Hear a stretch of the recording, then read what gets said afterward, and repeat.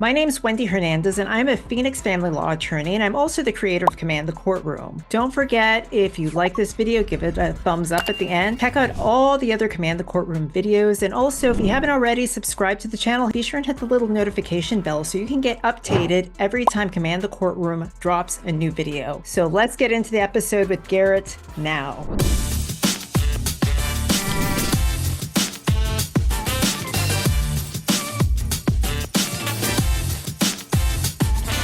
Garret, thank you so much for being here on this episode, and I think you can really help a lot of people. So can you tell me what you do for a living, how long you've been doing it, and if you've ever helped anybody going through a divorce situation? Yeah. So I'm a mortgage broker. So I own a little company here called Lendplicity Mortgage. I've actually been doing mortgages since 2006. So it's been, 17 years now. Seen a lot of markets, got to see the 0809 crash, and then, this market's been super interesting over the last couple of years, with this wild ride we've been on with mortgage rates. So yeah, been doing it a long time. I like to say that I know, what I'm doing after 17 years, but guidelines change all the time. But I have worked with so many people that have gone through, divorce situations and have been looking for, ways where they can either keep their house, and not have to interrupt, where their kids go to school and things like that. And then also people that sell the house, but want to know what they can do to purchase a new home. So I feel like I'm pretty well versed in all of that. So thank you for that. Just so people know, you have great experience. You have a lot of knowledge around this, and I know things that they're changing constantly. And you keep up with that because I've seen presentations you do, and you're like, well, this morning this just happened. But Garret, you really helped me out a couple of years ago when I reached out to you because I had a case where one of the parties, the parties were going through a divorce, and somebody wanted to refi the home and was saying, well, that can't be done. The lender is saying it can't be done. So the first thing I want to make divorcing people aware of is the fact that there are special quote types of loans that they can utilize if they're going through divorce as opposed to just a refi if you want to buy somebody out. Did I say that right? Somewhat. There are specific guidelines that are tailored directly to divorce, and really what they have to do with are what are called divorce buyouts. Normally, so let's say you have two people on a mortgage and one of them wants to come off. Really, the only way to take them off of a mortgage is to refinance. And typically with a divorce, you are determining how much equity the home has, right? Somebody is awarded the home in the divorce, and then typically the other person is awarded half or a chunk of whatever the equity is in the property, right? So traditionally, what a lot of people think is that they have to do what's called a cash out refinance in order to be able to pull some of that equity and pay off a soon-to-be ex-spouse. Well, that's actually not the case. So in the case of a divorce, there's a few little guidelines, like both people have to be on title for at least 12 months. You have to have an actual, court-ordered document like a divorce decree or some sort of contract in place that specifies, what percentage of equity somebody is getting and things like that. But if you have those items and you've met that timing requirement of 12 months, you can actually refinance without having to worry about it being considered a cash out loan. And the reason that's important is that cash out refinances are typically limited to 80% of the value of the home on a traditional conventional or FHA loan. So, if you had somebody that say purchased the home a couple of years ago and did a minimum down payment of 5 or 10%, they may not have that 80% loan to value, be able to pull cash out and pay off an ex-spouse. Well, what a divorce buyout allows them to do is eliminate that cash out requirement. And so they can go up to, 95 or even 97% of the value of the home in some cases if they need to. And they're not paying the adjustments to closing costs and to interest rates that you would typically see on a cash out loan. So the loan is going to be cheaper. It's going to be less expensive. They're going to get more of a market interest rate, and they can access more equity, be able to, pay off their soon-to-be ex-spouse versus having to find that cash from somewhere else. Got it. Okay. So thank you for that clarification. And that's why I always call you when this stuff comes up, because I don't know. And you clearly do. And a lot of people, it's funny, sorry to interrupt I remember when you called me about that case and the lender was saying, well, we have to be under this 80% rule and this and that. And so, there's a lot of lenders even that don't know some of these guidelines. Exactly, Garrett. And so is the process for something like that the same as a traditional refi? It is, outside of eliminating that cash out requirement. So you still have to be able to qualify for the new mortgage, which can be challenging in some cases because, now when you qualified for this loan last time, you sometimes had a dual income and things like that. And now you're trying to qualify on your own. So, it's going to be the traditional guidelines. You've got to meet income, credit. You're not typically paying anything at closing, so you don't have to have additional assets or prove that you've got reserves in the bank or anything like that in most cases. So, okay, that's helpful. All right, so can you talk to me a little bit? So let's switch for a second to a situation where parties are selling the home, they're each getting some money, and maybe one person wants to buy a new place. What are the things that they need to be aware of going into that potential purchase, even if they're not divorced yet? Like, I know that there's certain requirements about income, maybe a history. Like, do you have any thoughts about that and any power tips that you can give people about, looking ahead a year or 6 months, they want to buy a house, they should be trying to do X, Y, Z as they go through the divorce? 100%. Yeah. So, qualifying for a new loan to purchase a home, there's three pieces to it. And it's similar to a refinance, except for one piece, which is, down payment or having some assets or some funds on hand. So the three pieces are going to be, income, credit, and down payment when you're purchasing a new home. So starting off with income, there's a few different programs out there, but on a traditional mortgage, like a conventional loan, the max debt to income ratio is 50%, which means that your gross income before taxes has to be double any expenses that you have with the new home you're trying to buy, plus any other debts that are showing up on your credit report. So, if you're trying to qualify for a $2,000 mortgage, your gross income has to be $4,000 a month just to cover that mortgage piece. And then if you have a car loan or minimum payments on credit cards or student loans, things like that show up on credit, you've got to make double those as well. Now, as far as income goes, there's a lot of different sources of income. So you've got your traditional income, which is just your regular salary and hourly. We can use bonus, commission, overtime, things that kind of vary, on a month-to-month basis. Usually you're going to need a 2-year average of anything that's going to vary like that. Sometimes a 1 year, just depending on the program. We can use, when you're recently divorced, depending on, the structure of the divorce, we can use alimony.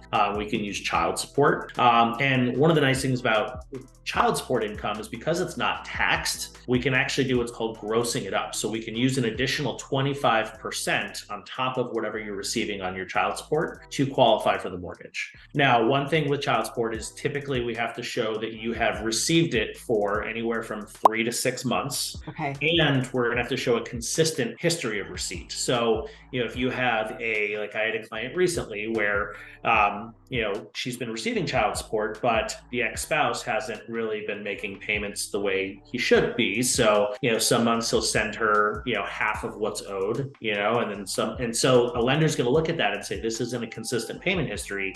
We need, 3 months for some programs, 6 months for others of, the court ordered amount being deposited into your bank. So that's something that comes up a lot, on the divorce side of things that I see. And, depending on some lenders will let us take an average. Sometimes some lenders will allow us to use the lowest payment they've received. So if they had a month where they received nothing or only a few $100, that's really going to hurt, how much income we can use to qualify. Got it. Okay. So go ahead. No, you go I was ahead. just saying, then beyond that, you've got, self-employment income. If you're self-employed, we're going to look at your tax returns, and it's usually, at least 1 year, but most likely 2 years of tax returns that we're going to need to qualify.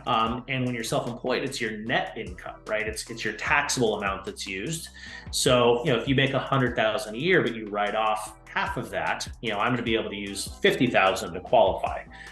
There's a few deductions that we can add back in, things like depreciation, and if you, business use of your home and things like that. So, really it pays to talk to a loan officer to kind of, get your income in front of them, and that way they can tell you how much income you have to qualify. Yes. And, you raise a good point, because I have seen situations for people who are self-employed and that, like, they're really creative with their tax planning, which is awesome from a tax perspective. Yep. But then what happens when they try to buy a home?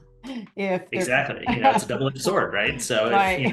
it's great to save on the tax side, but, then you're kind of stuck when you're trying to qualify for something new. Yes. Okay. So that's a good point. And that's something for people to think about. And just as an aside, Garret, now we're going to tell people after we're done here how they can reach you. But like, would you recommend somebody who's going through divorce and they're looking ahead possibly to buy the other party out or to eventually buy, do you think you or other loan officers would be willing to consult with people, or would you be willing to consult with somebody as they go through that process to make sure they're set up? 100%. I think it's never too early to start, Yeah. because there's a lot of things that, you want to be prepared for. So like one of those is credit.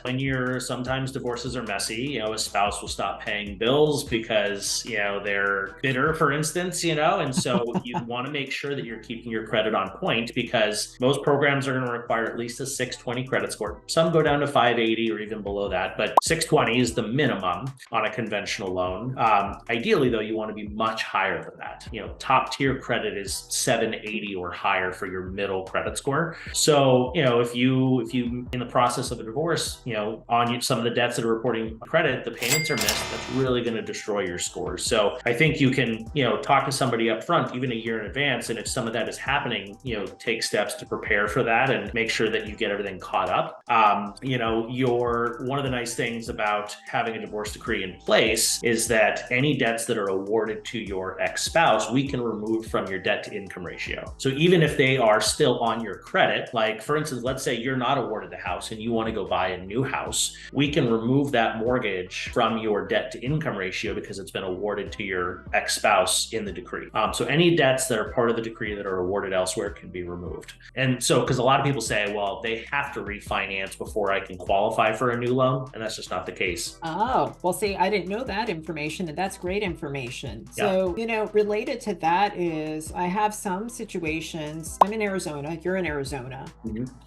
There's Arizona is a community property state. Yep. So if debt was acquired during the marriage, even if it's in just one party's name, it's considered a community debt. Yep. So I've had some situations where, say, wife's awarded the Capital One credit card account, and then they get divorced, and this the wife stops making payments, and somehow it's showing up on husband's credit and it's affecting his credit score, and husband wants to buy a house. Can you speak to that at all? I mean, so that is one of the challenges is, when you have a joint debt that's reporting to both credit reports, we can remove the payment from the debt to income ratio. So we don't have to factor that in when qualifying on the income side, but there's no way to remove that from your credit scores, at least in the process of purchasing or refinancing a loan. So what I typically would recommend in that case is having that client reach out to that creditor. They're still on that credit account, and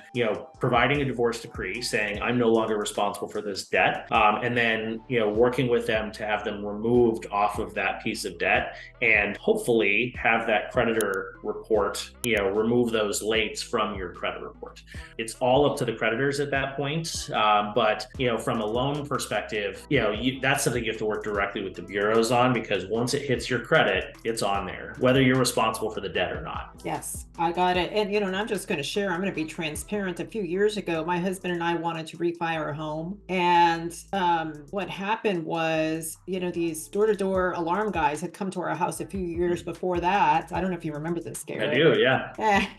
And we got signed up for some alarm system, but then my husband thought, no, this feels weird to me. These guys didn't look professional or whatever. And so we canceled it right away. But meanwhile, they're saying, well, Wendy and her husband owe us payments. And then it hit my credit. And so that was affecting our ability to refi the house. And it was like a bogus debt. And you gave me some good advice, the advice that you just gave, which is, address it with the creditor and with the credit bureaus, which we did. And I just say this so people can feel like some hope if you're in this situation. And, there was resolved fairly quickly, didn't it, Garrett? I mean, I feel like it was maybe a month or something. Not even a couple of weeks. Yeah. I mean, you can, I mean, there's a lot of that stuff that happens. So I feel like a lot of the credit bureaus lean towards the consumer in that stuff. Yeah. When it comes to like credit cards, it's a little tough, right? Because credit card's not going to report a late payment unless you're actually late, so it's harder to get that stuff removed. But with things like that, especially because they track, how many other complaints has this company had that, they've been billing people bogusly. So it's easier to just have them wipe it clean. So, typically with your credit, if you're a year out, signing up for a service like Credit Karma or MyFICO or a few of these things where you can actually monitor your credit, you can get free credit reports and see what's on your credit. Those are good systems to use. They're not good systems to rely on the actual score because there's 10 different scoring models out there. So a credit report that I pull is going to be different than what you'll see on Credit Karma. So I wouldn't rely on the score as fact, but they're really good systems to be able to monitor your credit, and work with them to remove things if need be. And then also, like Credit Karma has a system where if your credit scores are low, the best way to build your credit is to open up revolving debt. Go out and get a new credit card and use it responsibly. So, they'll actually tell you based on your current credit profile, what cards have the highest likelihood of you getting approved. So that way you're not going and applying for an Amex that's going to turn you down. They'll say, hey, this Capital One card takes scores at 550 or higher, you should apply here, and they'll give you, a $500 limit, and then you can build from there. So I think if you're a year out, it's good to talk to somebody in advance and kind of start working on these things. So that way, when you're ready to buy or ready to refinance, got all of your ducks in a row, and you don't have to start working from that point. That's excellent advice, because over the years I've had several clients who come to me and they just say, I have no credit. I have no credit, never had a credit card during the marriage, and things weren't in my name and I don't have credit. So is that something you would recommend for somebody to start building their credit too? I mean, 100%. even if it's not destroyed by, late payments, if they have no credit, right? It takes a little while to build, right? I mean, it's going to take at least several months because you have to go out, you have to apply for a card, you have to get that card, you have to use it, and then they have to start reporting it. Another thing you can do that's actually relatively new, a lot of people see commercials for the Experian Boost, which is really Experian started allowing people to, and this is something you've always been able to do, but really it's kind of new to a lot of people. So you can self-report your utilities, you can self-report your rent, because a lot of renters don't, report anything, or landlords don't report anything to your credit. So you can, your cell phone bill, you can self-report some of this stuff that will help you start to naturally build. But the easiest way or the best way to build your credit is revolving debt. Go out and get a credit card, try to always keep the balance under 30% of the limit. So if they only give you a $500 limit, use it for your gas and pay it off every week, but you want to use that revolving debt responsibly, make sure it's, near zero or at zero, and, let that start to post to your credit, and your scores will build. Excellent. Wonderful advice. Yeah. And then the last piece, so income, credit, and the last piece if you're buying is going to be your down payment. Yes. The common myth is that you have to put 20% down, but you can do, if you're buying a primary residence, you can do anywhere from 3 to 5% down. So, if you don't have a ton of money after the divorce, or if you, if the money's tied up before the divorce and you want to buy, you can do a minimum down, and then you can, even if you get some proceeds from the divorce, you can put them on the new mortgage. We can talk some strategy, with that, just based on, future outlook for each person. So. Okay. Yeah. And again, great intelligence, because I also thought that everybody had to put 10 or 20% down. I had no idea that there were options out there for less than that. So certainly that will give some people hope. Yeah. A lot of people I meet with, they're like, there's just no way I could ever buy a place of my own. Yeah. But yeah. I think so. It's worth exploring. 100%. It's always worth exploring. I think the fastest path to wealth is owning. I think everybody should own their primary residence. I mean, you're paying it regardless. You might as well be paying your own mortgage versus somebody else's. I talk to people all the time that think they have no hope of buying, and we talk about they can do 3% down, and you just need this credit requirement, and you get people into houses shortly after that. So I mean, there's a lot of different options out there right now. Excellent. Okay, Garrett. Well, you've been so helpful. And so you're in Arizona. Tell me, this is going to be broadcasting all over the world. Okay. And I don't know, I don't know how helpful it will be to people overseas. Certainly it'll be helpful to people within the United States. But tell me, who, of the people within the United States, who are the people that you could potentially help? And if they want to reach out to you, how can they do that? Got it. So I am currently licensed in Arizona, Texas, and Colorado. I used to be licensed in 22 states, but as time's gone on, I'll drop states that I haven't written a loan in a couple of years. So Arizona, Texas, and Colorado right now. I can help anybody out in those states, but I'm also happy to help anybody nationwide that has questions, because guidelines are the same all over the country, right? Debt ratios don't change. These are conventional loans or FHA loans, so the guidelines are the same. So I'm happy to answer questions for anybody that wants to reach out. You can send me an email at Garret, so Garret Cerkvenik, it's CERKVENIK @lendplicity.com, which is LENDPLICITY. So that's incredible. And so I'm going to put Garrett's contact information and the and the notes below, so you can just, click on a link, and I'm, I'll vouch for Garrett's service. I mean, he's always there. He's always been there for me and my husband when I've needed him. He's there when I have questions about my business, and he's there for you. And Garret, I really appreciate, I know you have a call now. Okay. Thanks for coming on to the show. If you like this episode, be sure and give it a thumbs up. Also, if you haven't already subscribed to Command the Courtroom, hit that subscribe button. And remember, until next time, get out there, keep on trucking, and command the courtroom.